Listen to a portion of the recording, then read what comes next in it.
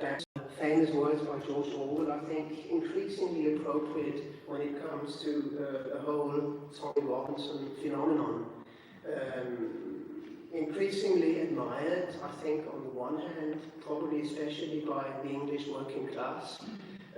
Tommy Robinson, for his courage and willingness to uncover and highlight grave social problems and to speak unpopular truths. Tommy Robinson is, on the other hand, also a hated man. Hated by the mainstream media, hated by politicians, as we just heard, hated by powerful bureaucrats in what you might call the deep state, hated by the extreme political left, and thereby also hated by the mainstream media. In 2017, Robinson named his autobiography Enemy of the State, and indeed the relationship between him and various agents of power within the English state has often been compared to the relationship between Big Brother and the political dissident Emmanuel Gol. In 1984, the Big Brother autocracy uses to organize mass sessions of hysterical propaganda called 2 Minutes of Hate. Like Goldstein in 1984, Robinson is a public figure who's only heard in order to be interrupted, shouted down, defamed and dequalified, with hateful and often quite absurd accusations. Robinson is a public figure that rallies mainstream media, politicians and judicial system alike, all to use all kinds of methods, all in order to stop him from saying and doing what he does. And this, among other things, is what makes the whole Tommy Robinson phenomenon an important issue for freedom of speech. Now, Robinson is not a saint, nor was he ever a Sunday school teacher, but he's certainly not the racist or white supremacist that media, politicians, and academic experts often try to paint him as. Robinson does not buy into white supremacism or ethno-nationalism. He does not see England or wish for England to be a kind of white-only society, nor does he support any kind of discrimination against ethnic or sexual minorities. Nevertheless, this is often how he is portrayed by mainstream media. And many articles, television reports bear witness to this media campaign of smear against him. I'll just give you a few examples. This one I will just mention briefly because I believe Tommy himself will cover it in his speech. This is an excerpt, a quotation from an article from The Guardian on right-wing extremism. Julia Ebner called him a white supremacist. Some of you might have seen the very entertaining video where Tommy at one point barged in on her and asked her, why am I, please give me a reason why I'm a white supremacist. And she denied. She says, no, I did not call you a white supremacist. This was exactly what she did.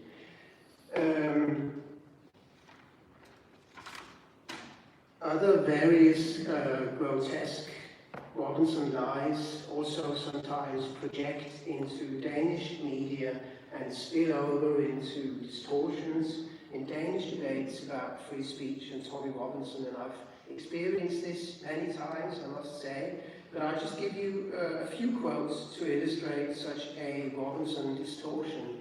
This is a quote from a Facebook page claiming the defense of free speech as its purpose, where I would engage in a discussion. I argued against Facebook test. A question was posed to me by a lecturer of law, I believe, at the University of Copenhagen.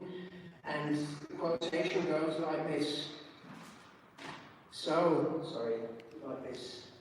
So you think it's all right to terrorize and behead people, do you? Unquote. So this person seems to be of the opinion that Robinson had engaged in threats to behead people. When I asked this university lecturer to give me any kind of evidence, just show me a screenshot or a quotation to substantiate this fraudulent accusation of yours. He declined, of course, because there was no such evidence. It was a falsification, it was untrue, it was a lie. But interestingly enough, he posted a series of mainstream English newspaper articles from The Guardian and the Daily Mail and such papers, who all seem to be making the same fraudulent accusation of threats to behead people. And again, I read them through, took hours, and there was no documentation whatsoever. It is interesting, I think, that the most fraudulent lies about him are often made by people in various positions of power, indeed in the tech giants. I believe Tommy will also cover the debate about him in Denmark, which was started by the Facebook head of communications for Scandinavia, Peter Mønster, who in September compared him with the Serbian war criminal Ratko Mladic, and who tried to defend Facebook's deplatforming of him by claiming that he had made threats of violence against minorities. Robinson has never encouraged violence against anyone. He was never accused or punished for breaking any of Britain's hate speech laws. And when asked twice by Danish journalist Lord Folkets, who documents this accusation, he declined. Later, a Danish journalist called Adam Holm actually commented on this debate in Denmark in September about free speech, Facebook and Tommy Robinson. And I'll just quote a short important point makes this into an important discussion of principles. The evidence for Tommy Robinson's alleged warmongering rhetoric is difficult or rather impossible to find. Facebook's produced no smoking gun, but sets only half-baked assumptions without actual examples to substantiate the preconceived verdict. Facebook thus allows the executioner's act to form. And Hahn would proceed to ensure his readership that he was certainly no fan of Robinson. He would dutifully wave his garlic to the vampire, but he still raised concerns as to who else might in the future be purged like this from public debate on Facebook, and he ended up concluding that Facebook had actually done more damage to the same democracy that they claimed to protect than Robinson had ever done. I think it's probably fair to assume that very few journalists at a state broadcaster would have asked critical questions like this about Facebook censorship in Sweden or in Germany, or probably not in England, I can't imagine. Nevertheless, I believe that the debate about Robinson is also in Denmark often distorted. Herself presented Robinson as some kind of far-right extremist, which I think is not a fair description of him, even though it's gone into the Danish media, more or less copied from mainstream English media that are often biased, untrue, or like the BBC documentary Panorama, purposely and by means of fabricated fake news trying to discredit and destroy him as a public figure. Now, of course, the BBC and auxiliary institutions were completely with the explosive Panorama documentary made by Lucy Brown and Tommy Robinson. Here, the dishonesty, the prejudice of the BBC was revealed for all to see, as you hear an audio file with the journalist's quarrel between Robinson and Brown, and manipulating it so it would appear as if he had sexually molested her. We're doing the kind of gender sexual thing against Tommy Robinson, says John Sweeney on tape. As it happened, the Panorama BBC attempt at a real character assassination of Robinson would seriously backfire on them, I think, because the Panorama video was seen by millions on social and alternative media, which also shows how alternative media can sometimes be liberating institutions in a democratic debate.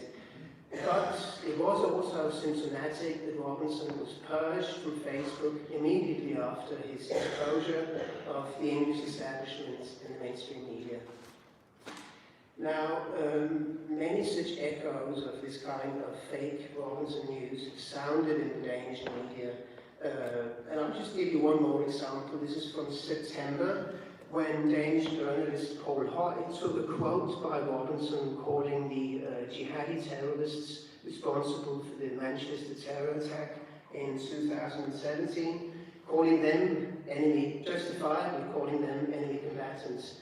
Høj then took this quote out of its context and presented it as if Robinson had called all British Muslims enemy combatants. And really, you can go on like this for hours on end, just listing fake news about him, but probably the main weight in the persecution of him was not brought against him by the media, but by the unjust treatment of him by the English judicial system, and indeed by the prison system in England. One of the hallmarks of a free society is the separation of powers. A free society is not where the judiciary is corrupted into a power tool against powerful people in government or such things, where judicial systems reduce themselves to political instruments for the political elite. Freedom and freedom of speech is thwarted. Thwarted, difficult man for a Danish man to say.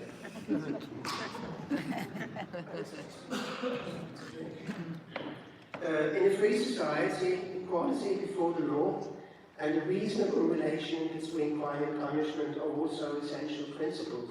Now, the English judicial system is based on principles of precedence and things that are often very difficult for us to understand.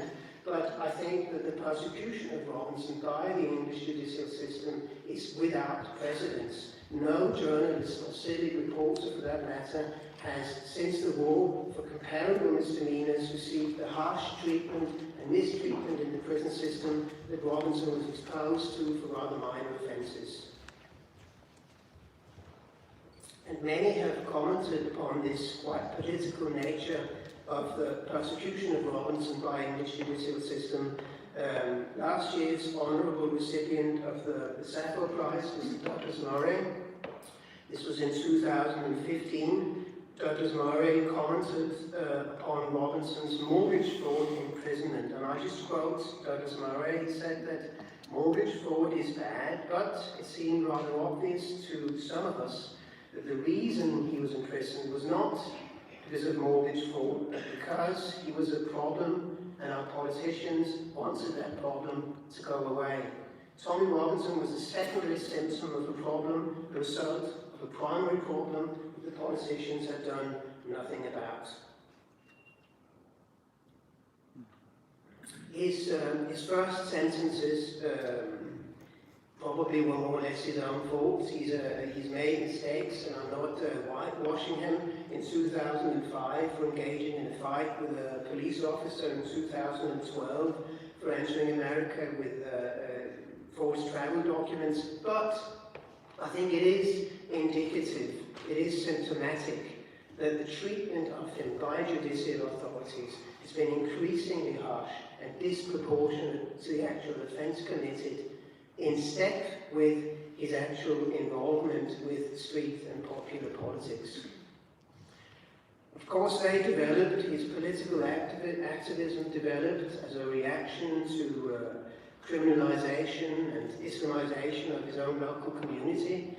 As Muslim fundamentalists harassed Veterans March in Luton in 2009, he helped form the English Defence League, a working-class street protest movement against the Islamization of Britain, but also a movement whose leadership from the onset defined itself in opposition to any kind of racism or ethno-nationalism.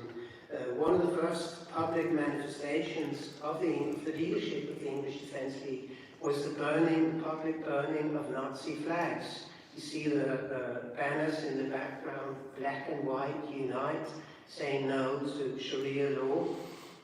Now, of course, the balaclavas involved some bad associations with Ulster, militarism and sectarianism and such things, but I believe they were motivated at the time by their fear of living in their local community with death threats and such things. I believe they thought that they could remain anonymous somehow. Anyway, as an indirect result of his activism, he was convicted to 18 months prison for the crime of having given incorrect financial information in relation to a house mortgage loan. He warned prison authorities against placing him in prison with Muslim extremists, which they then proceeded to do just that. Now, Robinson was in prison for a white-collar offence, mortgage fraud, yet one of the licence terms given to him, one of the conditions upon which he could go on parole, prøveløsladelse in Danish, was that he was to have no contact with the EDO. So here we have a mortgage fraud prisoner, a mortgage fraud sentenced prisoner, given licence on conditions that he would not pursue his political activism. I think that the whole political aspect of the judicial treatment of him is quite obvious from the onset. The same could be said about the lengths gone by judicial and social authorities to prevent him speaking his mind at the Oxford Union, where he was also invited to speak in 2014. His probation officer would continually ask him not to give his speech at the Oxford Union, try to influence him not to say any unfavourable things about Islam and such things, all matters that had nothing to do with the crime that he'd been in prison for. As these attempts to influence and curtail his freedom of speech at the Oxford Union failed, his probation officer seemed to hint a threat, remarking that his daughter had some strange bruises on her leg. And this indirect threat of using social services against the children of political dissidents actually reminds me of the ones recently made by Danish social services against our political debater, Charlotte Rakwedi. She might be here today, I'm not sure. Is she here today? Oh, she might be. Oh, she's not here. Okay. Anyway, since his early days with the EDO, Robinson was amongst the first in England to speak out publicly against the threat of so-called grooming gangs of predominantly Muslim men who would mass rape and destroy the lives of vulnerable, often working-class girls in England. Many reports have since testified that various English authorities, like the police, social services, judicial systems, local council politicians, together with the mainstream media, had all taken great pains to hide and conceal from the general public the scale and the brutality of these sexual crimes committed by grooming gangs against young girls in England. It is indisputable that Robinson was amongst the first to speak out against grooming gangs when English mainstream journalists and politicians were mostly silent about this problem. It is indisputable that Robinson deserves credit for his willingness to speak unpopular truths to a blind and prejudiced media establishment. Probably for that reason, he also decided to concentrate a lot of his street journalism to cover this problem. On the pages you see some of the many other things that he's done. We can't go in and cover it all. But this brought him into another conflict with the law in 2017 before Canterbury Court, where he, according to the judge, showed contempt of court by filming on court premises and by confronting the defendants with questions that would prematurely assume the guilt of the defendants and could thus influence the objective ruling of a jury. Why are you raping English girls and such things? Those were some of the prejudicial comments made by him to the defendants, for which he was given a suspended sentence. At the case in Canterbury, he pleaded guilty and accepted that he'd done the wrong thing. However, since this suspended sentence was later activated, when Robinson reported outside of Leeds Crown Court in May of 2018, I think it is interesting to look at how Robinson's first contempt sentence was actually motivated. What was it, according to the judge, that Robinson was not allowed to do outside of Canterbury Court? Let's just look at how Judge Norton at Canterbury motivated his sentence. I'm just reading up from, I'm quoting Judge Norton. I should probably be wearing a wig and banging a hammer on the table or something like that, but you have to do with me. In short, Mr. Yaxley Lennon, turn up at another court, refer to people as Muslim pedophiles, Muslim rapists, and so on, while trials are ongoing, before there's been a finding that that is what they are, and you will find yourself inside. Do you understand? Thank you very much, unquote. So, according to Judge Norton, if Robinson would continue to do the same as he had done before Canterbury, he would be arrested. The main question then was to be this: did Tommy Robinson do the same thing in Leeds as he had done in Canterbury? Did he film on court premises? No, he didn't. Did he confront the defendants of a grooming case trial with comments and questions that were loaded with preconceived opinions, assuming beforehand that they were guilty? No, he didn't. The questions asked by Robinson were not prejudicial to the trial. Taken literally, there were open questions, free from assumptions about the defendant's guilt. How are you feeling about your verdict was one of the questions he asked them. He then went on in his reporting to stress the defendants were on verdict for alleged grooming, and he would proceed to bring information about the defendants that was already in the public. He would read out the names and information from a BBC news sheet. So here we have English judges punishing a man for asking open questions and bringing information to the public that was already public. So in conclusion, I cannot see that Robinson in Leeds did any of the things that Judge Norton in Canterbury warned him against when he was given a suspended sentence. Yet, he was sentenced in Leeds to 13 months prison for contempt of court. In prison, he was transferred, as you all know, from a prison where his conditions were tolerable to a prison with a high Muslim population which threatened him, terrorized him, through excrement through his window, threatened to kill him, and tampered with his food. You've probably seen the pictures of him coming out of prison, having lost himself 20 kilo, living 3 months almost in solitary confinement. In the fall of 2018, Robinson was released from prison officially because an appeal court had found technical errors. More likely, probably also because English authorities were predicting strong public reaction were he to die in prison. In the winter of 2018, Robinson's case was transferred to the Attorney General. To me, a strange judicial institution in a seemingly strange and unseparated grey zone between the executive and the judiciary. But in July of 2019, Robinson was again found guilty of contempt of court on the grounds that he had allegedly breached reporting restrictions by live streaming before Leeds Court, for causing distress to the rape trial defendants by aggressively filming and confronting them.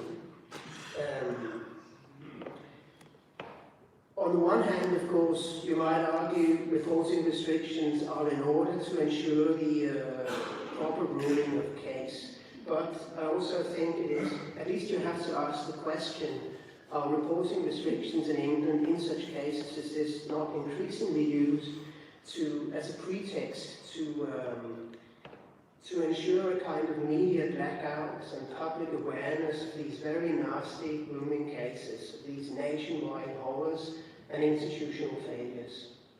I think it seems very obvious that for political reasons and the interest of cultural appeasement, the conviction of Robertson has been relentlessly pursued by the same English authorities that for years overlooked and ignored the most heinous crimes by Muslim grooming gangs. And I believe that the unwillingness of mainstream media to cover these very real, grave social problems makes the streets journalism of people like Robinson seem the more necessary and seem the more honest.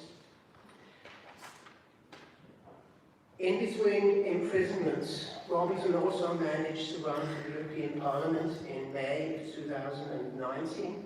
He ran as an independent candidate, probably in order to galvanize working class support for Brexit, but I suspect also as a kind of test of English democracy. If it was such a test, English democracy failed miserably.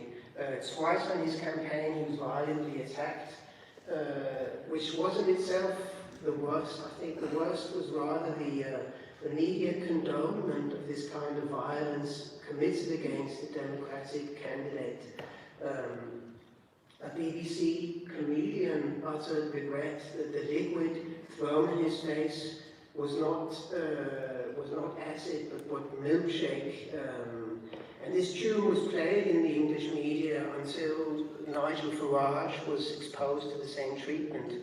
This really was the same kind of media condonement of violence against the Democratic candidate that in Holland had led to the murder of Pim Fortuyn. The most critic breakdown of English democracy, I believe, occurred on Saturday, the 18th of March, when the raw barbaric violence, so to speak, was unleashed against democracy itself in Oldham, where Robinson was holding a peaceful democratic political meeting, attended by families with their children. Now, we won't have time to see the video, but if you've seen the video, you probably have seen it before. You can see that the English police actually escorting for several miles a gang of masked Muslim youth up to the point where Robinson was holding his political meeting. And you see on the video these youth unleash violence and start throwing stones and metal objects the very minute they arrived at the scene. You also see the police with their backs to them doing almost nothing. And the mainstream media and journalists would later try to slur who started and planned this violence against this democratic meeting, as journalists would formulate their reports in the passive voice. Objects were thrown, violence erupted, and so who threw stones, who started the violence? The truth was not to be heard. Here I think it would be illustrative if you would try to imagine the media, indeed the political reaction, had the opposite occurred, if they had to listen to their candidate. The treatment of Robinson by English authorities has been unjust, authoritarian and politically motivated. Attempts by social media, by the mainstream media and by the judicial system on an important case for freedom of speech. And when it comes to freedom of speech, something is clearly rotten in the state of England. Tommy Robinson's story bears witness to the undemocratic, unjust methods increasingly used by media, judicial system and political authorities in Europe in order to silence public figures critical of Islam and critical of a multicultural development that for the European working class has long since become a brutal nightmare. A seismograph is an instrument used to detect earthquakes. The Robinson phenomenon is seismographic of many dangerous developments in contemporary Europe. Loathsome, obnoxious, repellent is not he, but the treatment of him by the English judicial system. And I'll end this with a few quotes. This is a quote from Montesquieu, the man who preached the separation of powers. There is no crueler tyranny than that which is perpetuated under the shield of law and in the name of justice, Montesquieu said.